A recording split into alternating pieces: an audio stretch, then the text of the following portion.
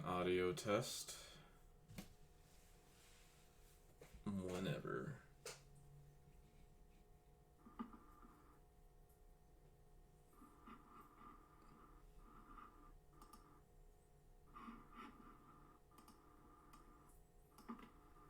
Tested my audio.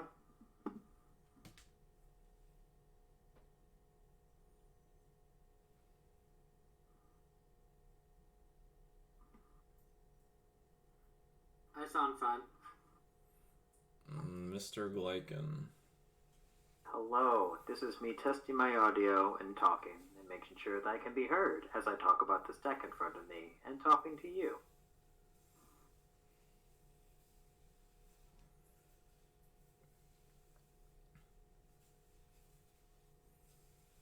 You also sound fine. Perfect. Then we are live. Hello. It is Monday.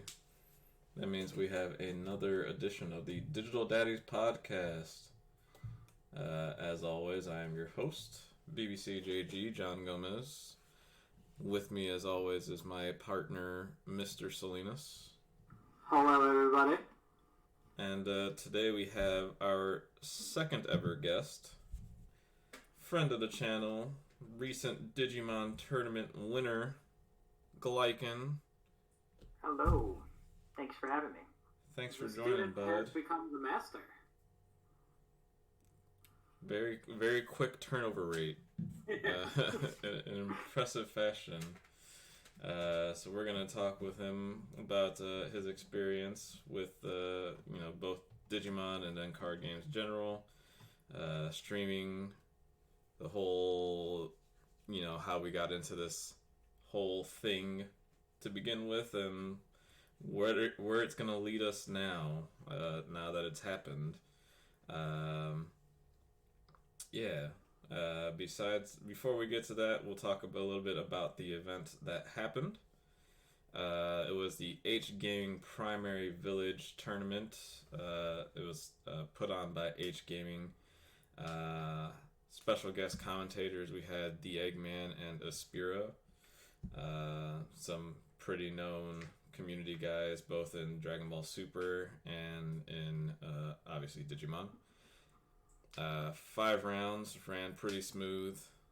I thought it was a great event. I had a lot of fun playing in it. It was myself and 31 other content creators, Glieken amongst them. Friend of the channel, Ice Barrier and Gyro Sean also played in the event. And we all had a good time. It was a perfect mixture of people messing around, doing like meme things, and then actual try-hard people such as myself. And I think the event did what it was supposed to do. And that was kind of give us a platform to promote ourselves, show what we can do, and why people should, watch our channels. And I think that was a great thing for them to put on. Obviously, people don't ever have to put on free events for no gain of their own, but luckily enough, we got this one. And yeah. So, like I said, we had the winner of the event, Glieken. Prior to this event, he had played 3 whole matches of Digimon. Very true. So, the event gave him it was match 4 through 9.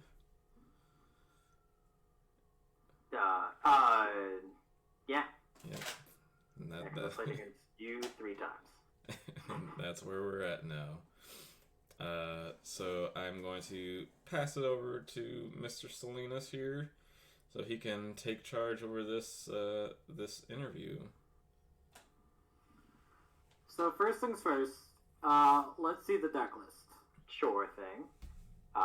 Here it is. It is Blue Omni, to a surprise to very few. The reason why I played Blue Omni is essentially because, as someone who is new to the game, John essentially turned and was just like, well, if you're going to be joining the game, this is a deck that you need to know whether you want to or not.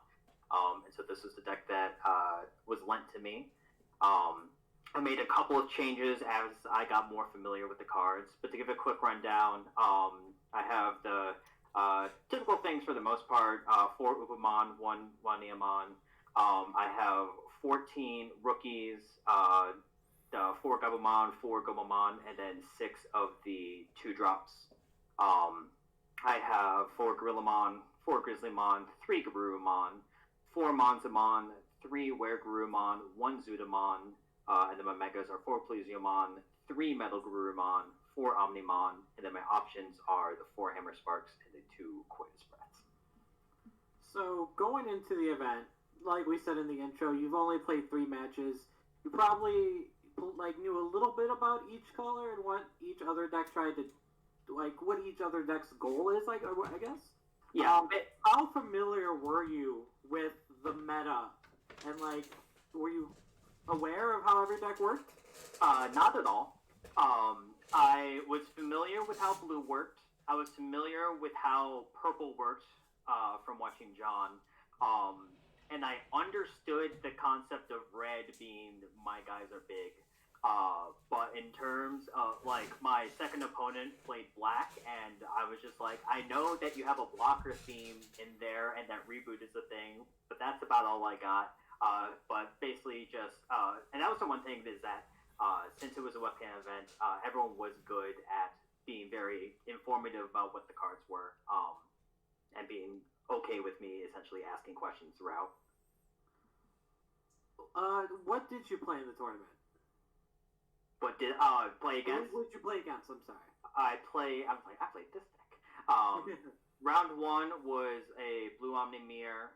Round 2 was against black. Round 3 was against John's red Omni deck. Round 4 was against green, and then round 5 was against Jawa Sean's blue Omni splashing for Gaia Force. So you really ran the gambit. You played against 5 pretty different decks. Yeah. How do you feel about each of the matchups now, having actually seen colors maybe you haven't seen before? I definitely understand more of how certain cards work. I definitely am looking. I've gone back and looked at the VODs and have been editing the videos for my own channel, and have looked back and watching just plays that make no sense against the board, but it seemed logical for me. And then I realized, oh no, because they have a card that can come up and just attack and kill my guy, I shouldn't necessarily play this guy right here. But it was still overall fun. Definitely am more familiar with the game, especially not just from the decks I played against, but also just watching the stream in between games.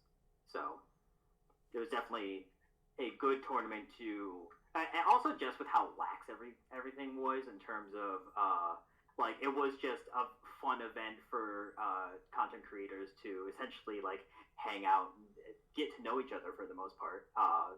My favorite match was probably against Jawa Sean. He was a fantastic opponent, and we just had it. It just felt like old tournaments where you can just have fun with your opponent. Oh man, don't you miss those? I miss those so much. So this is your real first experience with Digimon.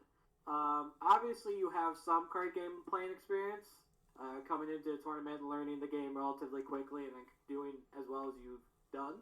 What is your prior experience before Digimon? Before Digimon, I was a big Magic the Gathering player. I would go to the Magic Fest, the big Magic tournaments, at least once a month, going up to, or at least before times before COVID. And my focus in Magic was actually playing limited, so only knowing one set, mastering that set, and then being prepared to for anything that comes up in that set. So it actually kind of helped me with there only being one set available currently in the US for Digimon. It kind of just felt like learning a limited format before it was released, of just I'm looking at the equivalent of the visual spoiler on DigimonCard.dev, and just essentially just trying to familiarize with all my cards, that even if I don't fully know the strategies, I'll at least know that like when the card is played against me, it's like, okay, I recognize that this is the card that is the blocker with reboot, for example. Did you have any preconceived notions coming into the tournament about, like, you obviously knew how the game worked and like you knew how it played, but did you have any preconceived notions about how it was going to go, just based on your prior experience with Magic or with other card games? And was there anything about playing Digimon that like surprised you? I really like the memory system for the most part. I really like the memory system. I really like the concept of like security being your life total and the decisions of like what could be behind security. Am I attacking this turn, or do I want to hold back my guy? So like the various aspects compared to like other card games like Magic, it's very different, and I really like that. And then in terms of the tournament structure and like the actual concept of the tournament itself, that I was more familiar with. It was my first experience doing a webcam-based tournament that have become popular over the past year. But that kind of grew on quickly of just understanding pairings, sit at your table, here's how you report. That was my first question. It's just like, how do I report? Other than that, all my questions are answered. So now that you've like dabbled your toe a little bit in Digimon, is this going to be something you want to play going forward? Is this like the first of many tournaments for you, or is it just like when you get cards, we'll see what happens? I'm hoping that's the first of many tournaments. One thing that this has kind of pushed me to do that I've been wanting to do for a while is upload back to my YouTube channel. I used to upload Let's Plays to my YouTube channel. I used to upload Magic content to my YouTube channel, but then as I got into Twitch and as I kind of started to real life get in the way, move around, and jobs changing, it fell to the wayside. But now I've been editing again. I have my editing software. I had to dig up my openings for my YouTube channel again, and I'm excited to be uploading again. And it should spark more interest in joining more tournaments to essentially just keep the flow going. I definitely am interested in looking at more tournaments, especially now that I understand things more. When I get the box, I want to do a box opening when I get it. So I do plan on making more content. This will not be the end for Digimon for me. And what are your YouTube channels and Twitch channels? That is at Glieken, Glieken. On YouTube, I think it's Glieken Gaming. It might just be Glieken on YouTube. But it is the same for both. I'm the same everywhere. That's Glieken. Exclamation point So, guest in the as chat. someone who Exclamation point guest. as someone who is coming from a different card game and is maybe not transitioning to only Digimon, maybe you're going to go back and forth, but as someone who is like new to the scene, what would be your best advice to somebody who maybe wants to get into Digimon and is coming from like a different card game, something to get them acclimated and more comfortable with playing? As hard as it is to goldfishing helped. It just kind of like, it's hard to goldfish because you can never know what you're being set with your memory. Obviously, if you have someone to play against, being able to play against them or play against an actual human is better. But just like shuffling up the decks and just getting into the flow of just like, okay, when I Digivolve, draw a card, because that's a unique thing that like you're doing a lot of. I need to make sure I remember to draw a card. I definitely missed 2 or 3 draws during the tournament, especially I noticed that the draws that I missed the most was when I would cast Omnimon, because so much other things were happening of like they get so much memory and I'm killing a thing that I'll forget to draw when a Digivolve has an effect. So basically it's just going through the motions, figuring out the small interactions with the deck, like, and asking questions as they come up. Like a big question I asked was just like, when I have Melgarurumon and get Algarurumon, does it trigger the untap or does it not, or the unsuspend? And just learning those intricacies. if you were to play another tournament next weekend, let's say you were playing, are you playing in the 2200 PPG one? Not the one coming up. I might be looking at the next PPG that comes up. If you were to play in that event, are you going to run it back with Blue Omnimon, or would you try something else now that you've seen a little bit more about other decks? I would probably want to try something else just to essentially get my understanding out more. The decks that are definitely more my playstyle seem to be the purple decks. Once it gets more support, I really like what black does. It just is so small right now. But I definitely would want to both learn how other decks go, as well as just try new things. Sick. That's pretty much all the questions I have. I feel like. Do you have anything you want to add, Gomez? Yeah. So we're talking about events coming up. So no PPG event for this coming week, which is the $2,200 actual money event. When we talk about events like that, we have that coming up. We have Valentine's Day weekend. We have the first luxury gaming event for Digimon, which is a very popular run like Yu-Gi-Oh event series that's basically taken over the main event scene since COVID's happened for Yu-Gi-Oh. Basically, that's kind of like the official capacity event. People credit that one as being like a real type of tournament. Those tournaments happen starting February 13th, and I believe it is a 5K purse, and that is all cash. When we come think about that, we have 3 weeks time, 4 weeks time to prepare for that. What is it that you're going to be prioritizing if that event is an event you're trying to be playing for? Mostly just playing, just like practicing, get reps in with various different strategies, looking at the results of the upcoming PPG tournament to essentially see how people have adapted. For example, the thing that I adapted with this deck was the two however you pronounce it, Cositus Breath. I've heard it pronounced 30 different ways. Having those two in the deck, I've seen some lists run 1/1. I've seen some lists run 0. Having that card available made that tournament fantastic. It was very much an overperformer. It actually never appeared in security for me, but even just casting it from my hand was absolutely good with how much people are just building up on one currently. But like if I am watching a tournament and I see that Rookie Rush is more of a thing, I might switch one of them to a Volcanodramon type thing. But yeah, basically just keeping an eye on the meta, and for someone in my case, whereas I'm still relatively new to the game, mostly just like build a green deck, familiar myself with the green deck and how I would be playing if I were the pilot of the green deck. Even building something that I don't see around as much as like a yellow deck, and just figuring out how that works if I end up sitting across someone that's playing yellow. Seeing other ways that, like, I know different people trying to find the proper splash to potentially get a Gaia Force in their deck.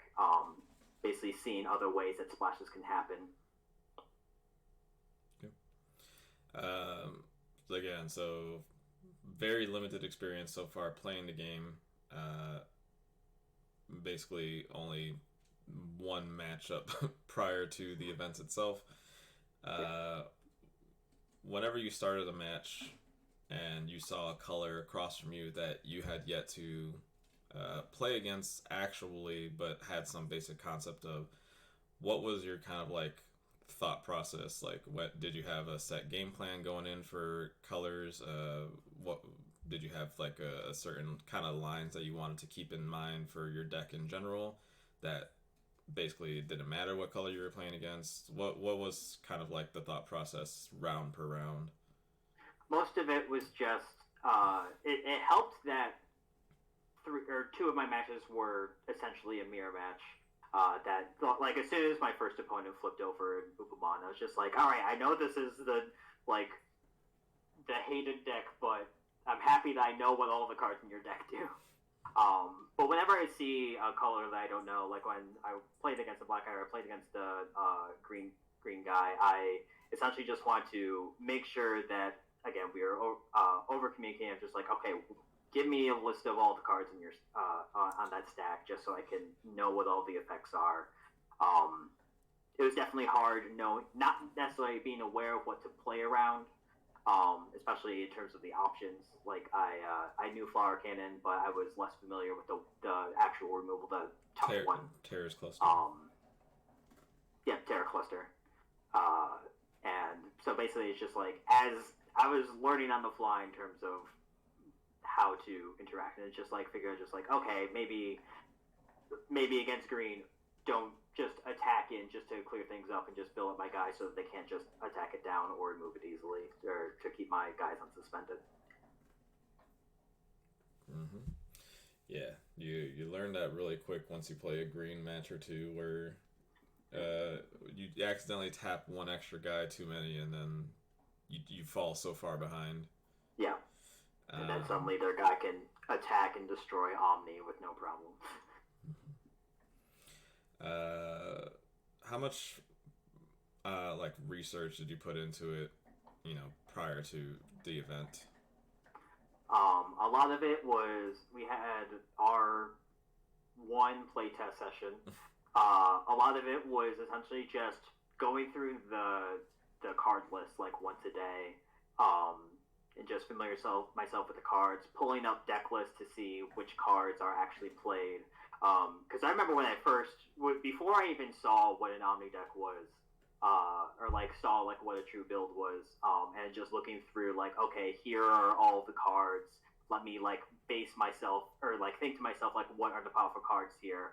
I looked at Monzamon. I was just like, why is this card being played? I don't understand. It's just like a vanilla, like level 5 that doesn't seem to do much, and then realizing that you're like, oh, it's cheap. This is why it's good. Yeah.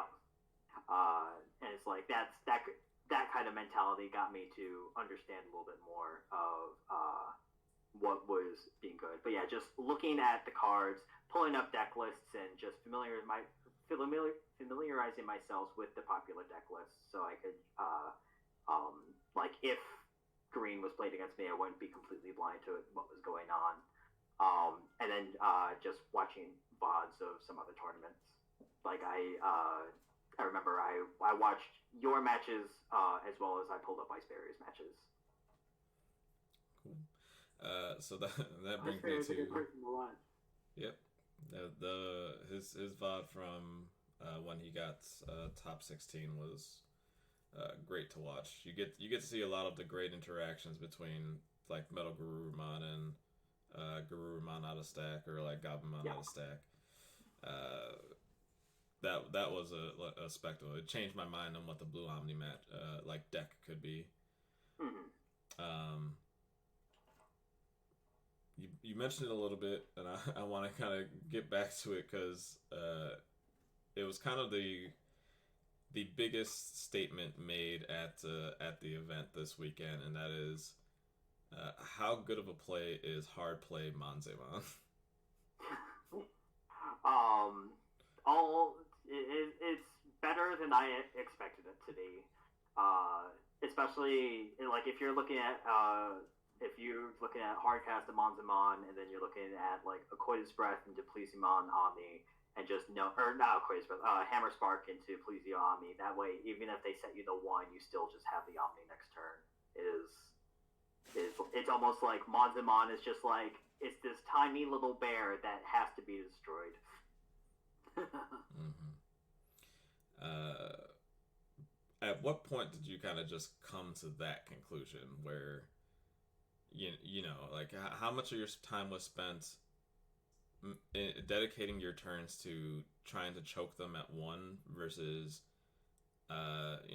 giving them 2 is fine versus giving them 5 is fine? What kind of like made your decision points for on turn basis of where you thought that this was an okay point to give you memory?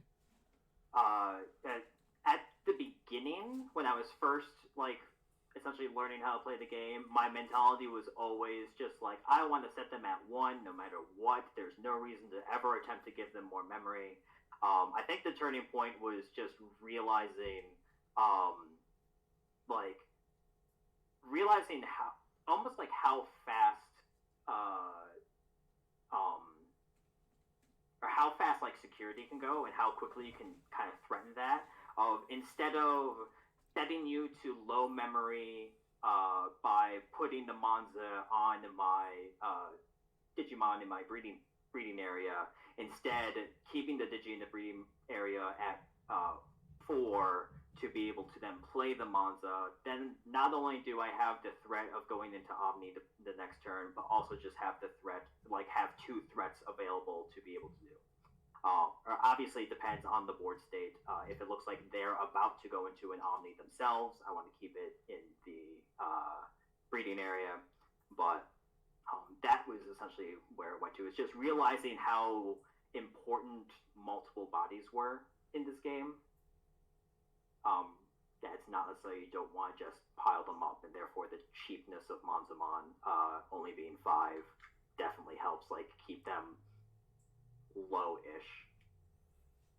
At what point, you mentioned, security kind of goes a little bit fast. At what point do you see, you look down at your security stack and you're like, okay, well now, like, I need to do something now because I'm running out of time? Yeah, it's almost like I would compare this to playing chess. Is like, I always want to start my turn with, is my king in danger? Is my queen in danger? So start each turn with just like, how many attackers do they have, or how many attackers are they about to have? How much security am I about to have? Especially with making the Magic comparison, there's a lack of haste in this format. There's nothing that can just like burn you out, or in this format, in this game. That it's not like, I don't need, if they only have 2 attackers, other than like the potential of if I give them 6 mana and they are able to do Omni into attacking twice. But for the most part, there's a relatively safe guess of how much my security is being threatened. So I always want to evaluate, am I safe to live another turn if I attack out, or do I need to try and essentially like cycle through cards, try and find a blocker, cycle through cards, try and find a Citus Breath or some form of interaction. Am I going to take this Gorillamon and try and build up on it, or am I just going to attack in to get a draw with the Yubamon type thing, just to try and find ways to survive? That's where the kind of back and forth begins. Similarly, if you're looking at your hand and you see that their security is getting low, and instead of knowing that I'm going to have a fresh egg next turn, I want to keep one of these rookies, just playing out the rookies and just being like, oh, your security is at 2, I have 1 attacker, I'm just going to play out these 2 rookies and potentially miss my rookie play the next turn. Just try and get you dead. Yeah. Making another Magic comparison, how are your feelings over the kind of like the Digivolution system, in comparison to something like Mutate? What do you like about it? What don't you like about it? I really like it. For those who know the reference, Mutate is an ability that came in the Ikoria block of Magic. I was very much a fan of Ikoria Draft. I had a lot of fun with it. Big fan. The fact that like as you're mutating, as you're building this creature, you're keeping your hand full by essentially cycling through the cards. The different combinations you can build, and all of the decisions that have to go into like, I could have like, do I want to mutate onto this Gomamon to make it so that I have more memory advantage if it dies, or do I want to Digivolve onto this Gabumon because I have a Metal Garurumon in my hand that I want to eventually get that extra value later down the line? There are enough intricacies that go into it that I'm a really big fan of how the Digi-Evolution system works. Both the Digi-Evolution system and the memory system, I'm a big fan of the concept of I'm doing a powerful play, but now you have the ability to catch up naturally through the resource. Is there anything about the game that you didn't like? I don't like that there are 3 cards named Gomamon with no other things between them, and I have no way to distinct them other than the 3-cost Gomamon that gains me a memory, the 2-cost Adorable one, and then the 3-cost one that's rarely played. So just the cards that have the same name, but no real way to distinguish. Especially when the deck I originally was given had 2 of the 4-cost mat and 1 of the 2-cost mat, and I send the message being like, I'm not a big fan of the mat in the deck. And she's like, well, which one? Well, I'm a little bit of a fan of this one, not a big fan of this one. So well, just wait till you start playing with the Agumons.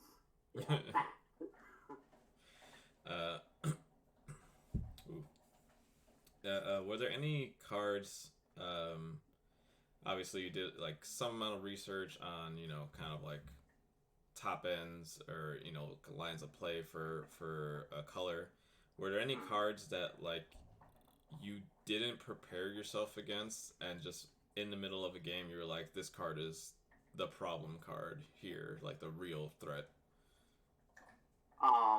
That would probably be the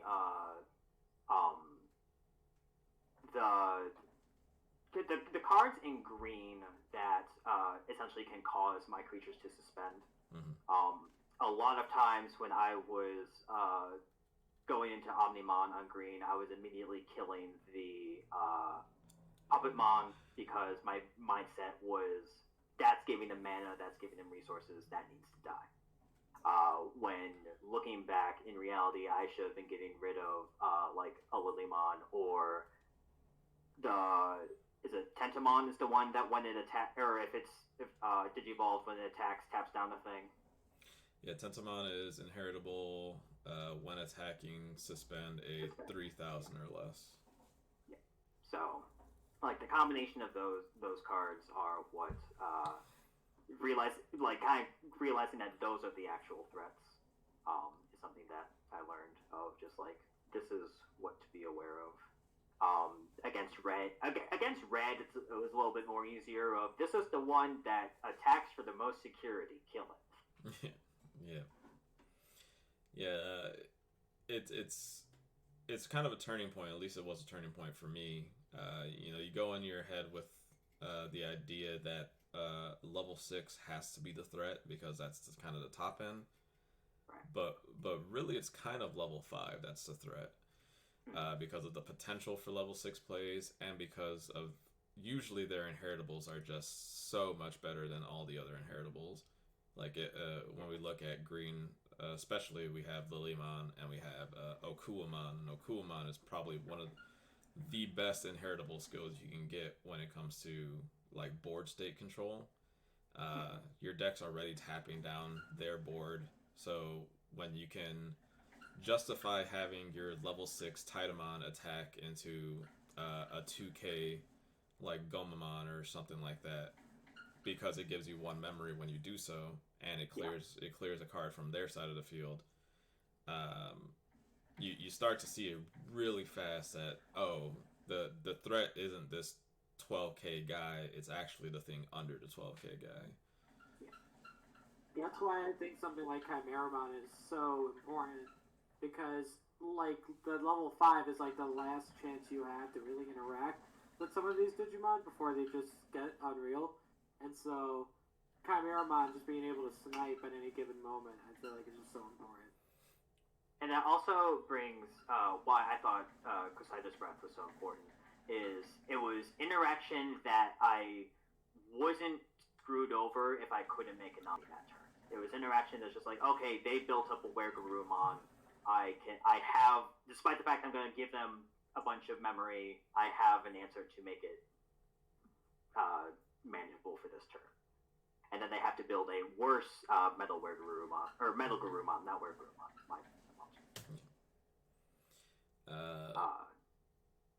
How important was like Metal Garurumon coming into this? I think that's kind of a card that kind of gets overshadowed in the Blue Omni match, but is secretly like the play.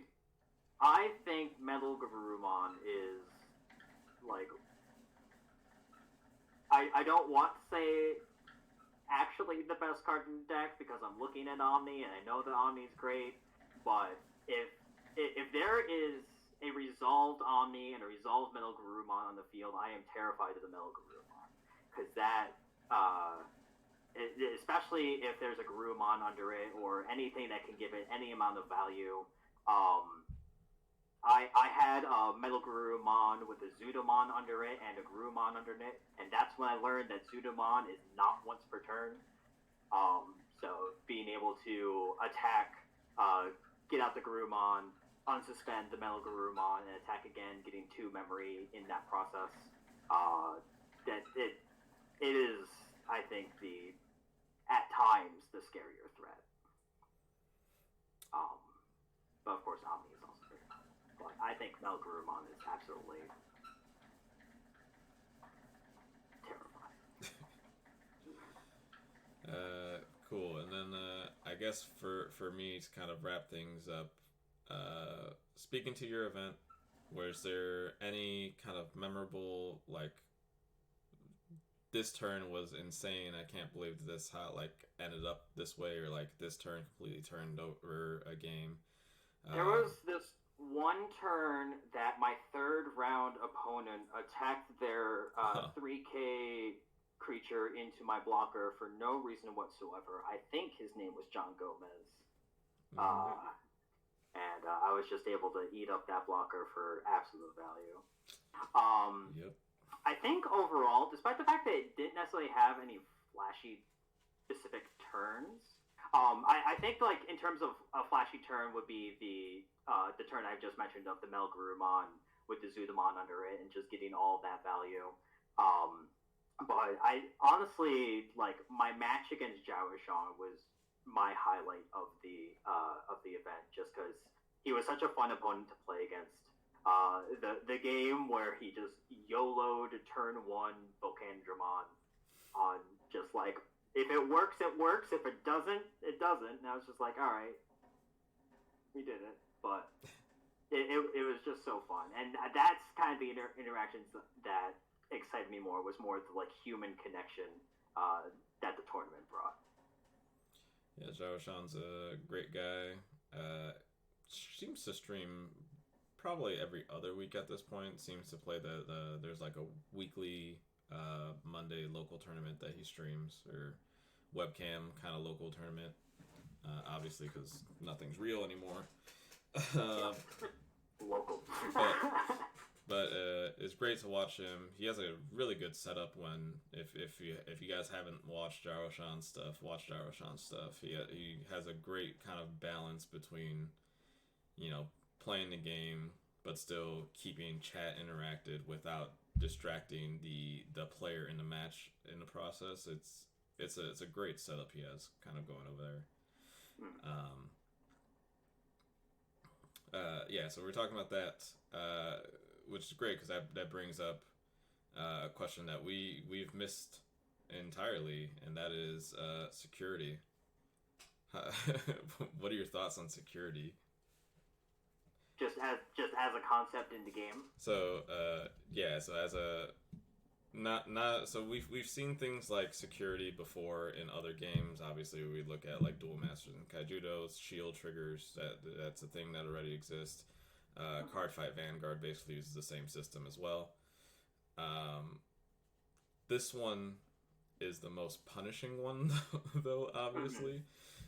So like, how much do you think kind of like deck building or even just like attacking is dictated around what's behind the next security card? It definitely like changes. I love having a turn where, despite the fact that there's like nothing going on the board, I still have to ask myself, am I attempting to attack here? am I attacking with this Gorillamon, or am I just holding back to try and build it up type thing, despite the fact that I have no threats coming across from me. So I kind of like that question answer type thing. I like the deck building aspect of how many cards do I want that trigger off the security. Again, bringing up again the Casitas Breath. Having something else that wasn't just a large Digimon to answer opposing Digimons. Also something that can change the course of a turn if they have more than 2 memory for Hammer Sparks. That, like, if they have 3 attackers and I only have 2 security, it gets you the extra out of just like, all right, if the Casitas Breath is in there, I have that extra turn to live.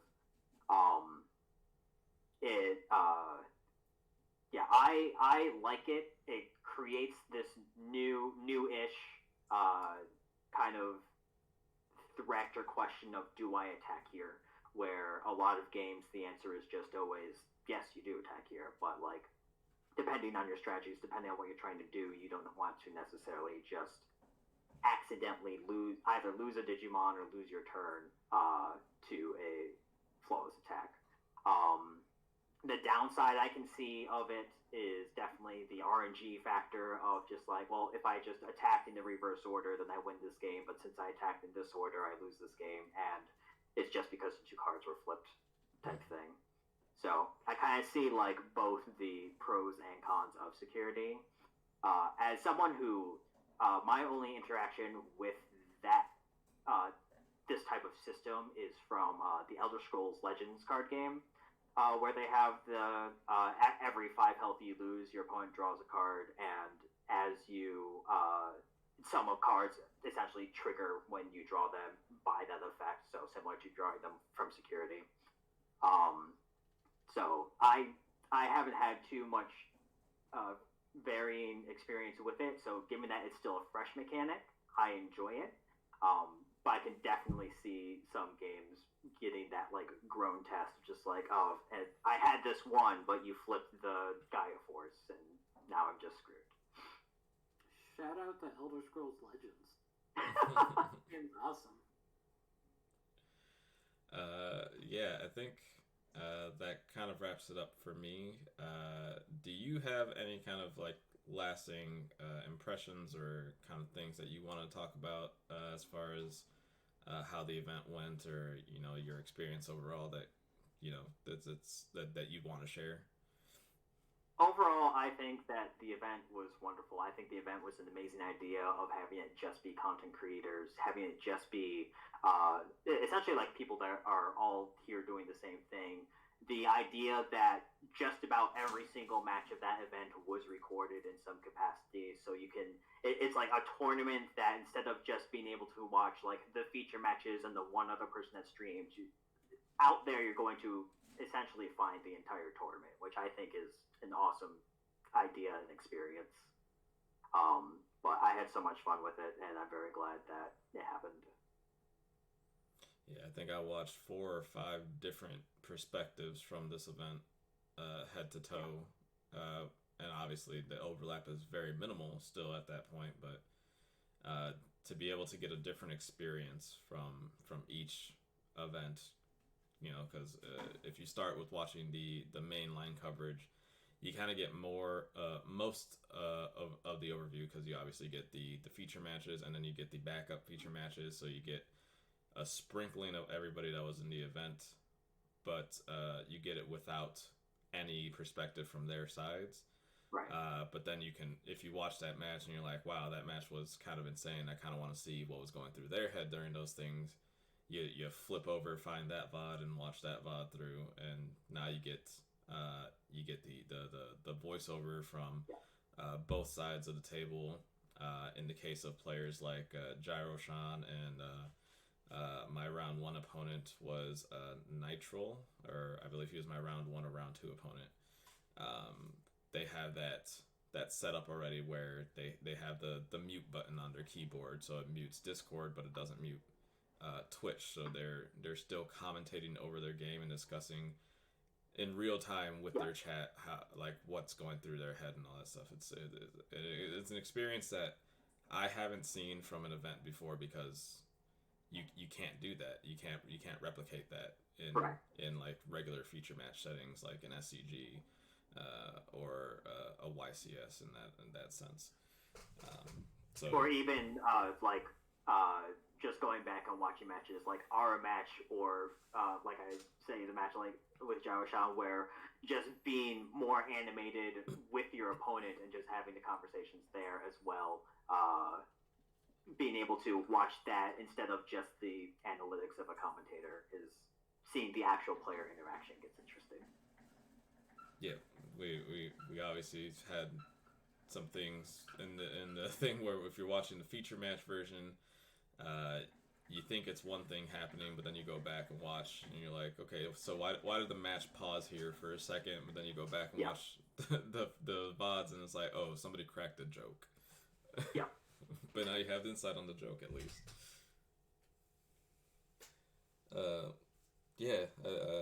I had a great time with this event. Obviously, you had a great time with the event. You won the thing. Yeah. Do you have any insight as to when you should be receiving that product and doing your whole box opening and all that stuff? HG mentioned that because today is Martin Luther King Day, that he is going to be able to send it out tomorrow. So whenever the mail decides to have that package arrive. That explains a lot. I forgot that today was a mail holiday. Happy holiday. Yeah, mail holiday. So whenever it arrives, I'll probably find time to record opening. Not sure whether or not I'm going to stream it or just record it to try and create a thing. So open to ideas, but. And you said earlier at the start of the podcast that you are currently editing down your own VOD into bite-sized chunks for YouTube. Do you know when those will be ready? Though I just recorded my deck profile for HG, so I'm working on editing that one. And then I was very abruptly reminded that rendering hour-long videos takes a lot longer than rendering 10-minute videos. And so as they get rendered, they'll be coming up. I'm currently on round 2, so hopefully by the end of the week, as long as my schedule doesn't do anything crazy. Perfect. I think I am satiated with this event, with this conversation we've had. I think I've gotten my fill. How do you fellas feel? I feel great. It's nice to see, that someone who maybe doesn't have a lot of experience in the game can come into an event with a little bit of guidance and do really well. Even if it was just kind of like maybe a more casual event, I think it's good. It's a good thing to send out that signal that just because you're new doesn't necessarily mean that you're going to be starting at like the bottom of a metaphorical totem pole. Yeah, absolutely. And with it being like the more casual event and like it had that lighter air, that was definitely more welcoming than like I would imagine the equivalent of a GP for someone's first time, because a GP can kind of be like hit or miss. This was, for the most part, everyone was having a good time, asking about each other's content. But yeah. So question for both of you, obviously having personal experience from both the casual side and obviously the not so casual side. We are currently moving from this weekend's events, which was a very casual, user-friendly sort of thing, to the first probably serious event for Digimon, given that it is for actual dollars. What do you think people need to be expecting going into an event where you're no longer playing for some piddly prizes, some booster packs, some deck boxes here and there? You're playing for actual value. What are some things that people need to be concerned about going into things like that they wouldn't have needed to be concerned about last week? I think with me, the biggest thing, which I'll always tell anyone that goes to any high level tournament, over communicate with your opponent, to the point of just like I digivolve. This is the amount of memory I'm spending. I'm drawing a card from the digivolve. Just like overly communicating every single action rather than something that's just like egg, goma, gorilla, go, you're at one type thing. It's like you want to, especially with us being in this webcam era of tournaments, over communicate it or like explain what your cards are doing. Even if your opponent like might very well know, it's never too hurtful to like say your actions as you're doing them.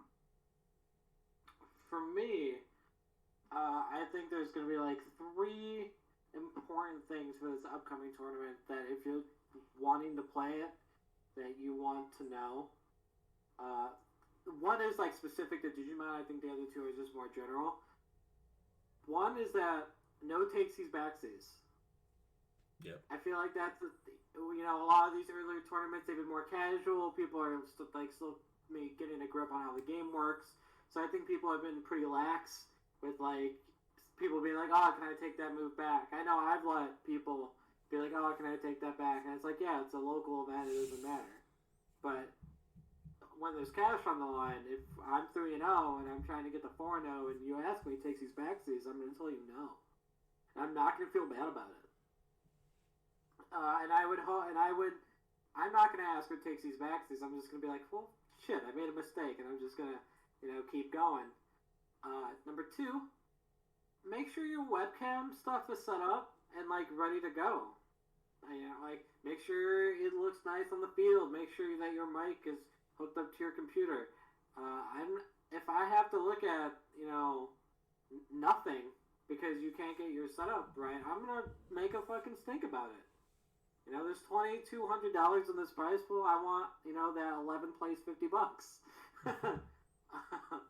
And then last, and more specific to Digimon, is you need to know how to play against Blue Omnimon. I think at this point, Blue Omnimon is the main pillar of the format, and I think that when you're choosing what deck to play, or when you're choosing what your techs are, maybe the 50th card, I think you have to keep Blue Omni in mind, and that's the matchup. I think most things you can kind of figure out as you go along if you're not too comfortable. Like as Glieken said, he didn't really know how to play against Black, but he figured it out because he kind of knew it was about blockers.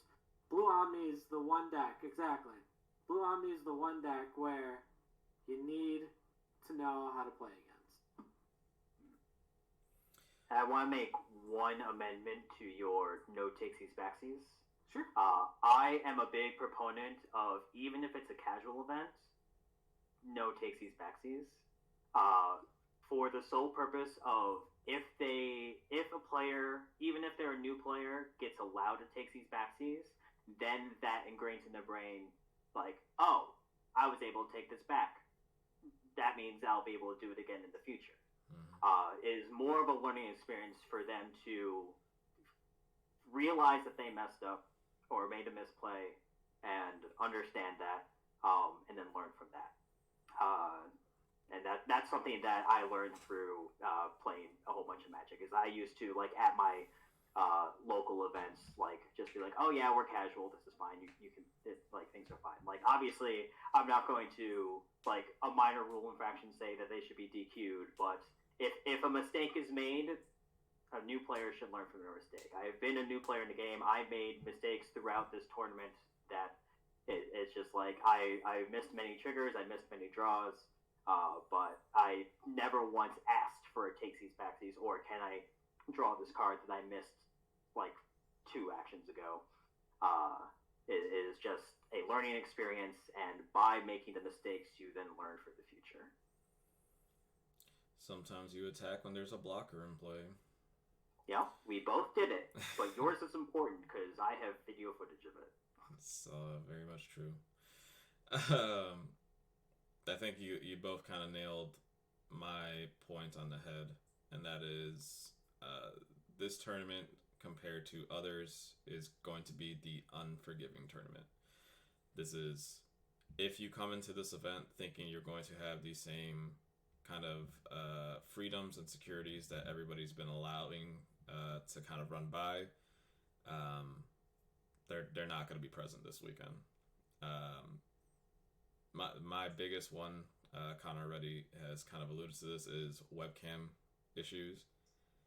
If you show up to this event 9 a.m. Pacific time, and the first time you tested your Discord to make sure your camera's working was 8:58, when you disconnect, I'm going to stop playing the game. I'm just going to call for a judge.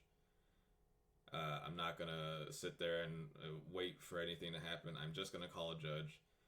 It's an automatically, that is stated, and you disconnect, the game's over. That it ends right there on the spot. And that's an unfortunate thing, but that's something that you acknowledged when you signed up for the event, that if it happens, that's the penalty you're going to take. It's stated, it's all black and white. I think head judges and just judges in general have been really lenient about this stuff. Obviously, we've seen kind of, if you watch some of even my VODs, where sometimes we look at the other side of the board and the quality is at best like looking at a bowl of rice, just grains on top of grains on top of grains. In some cases, just straight up black screens. Glieken, your first round opponent on Saturday, disconnected twice. Camera fell multiple times.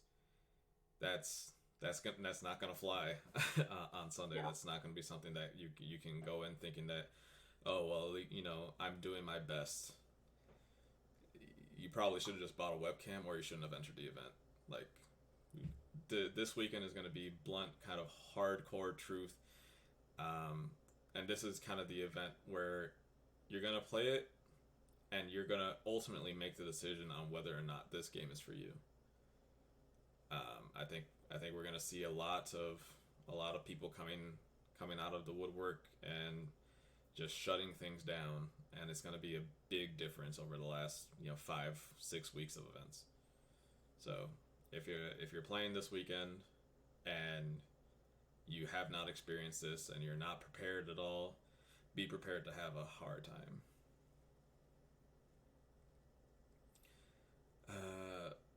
Yeah, I think I am done.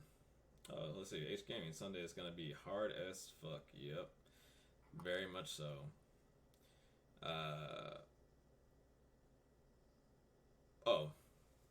Thanks to H Gaming for one last thing I want to kind of drive home. Make sure that everybody knows there's 2 players in any given match. It is those 2 players' responsibility, those 2 players alone, for maintaining accurate game states. If you and your opponent fail to do something, it is not on your opponent alone. You also missed that thing. It is your responsibility to maintain accurate and complete game states. You need to stop a game if you notice something goes wrong. You need to get a judge in there, make sure that that's corrected and handled however it needs to be handled. But if it's on you, yes, that's basically all I'm going to say about that, and that's where I'm going to kind of leave this, and I think that's a good place to close on. So thank you again to Glieken. Congrats. I am very much a proud digital daddy. Thank you, Daddy. I'm the digital son. Digital son indeed.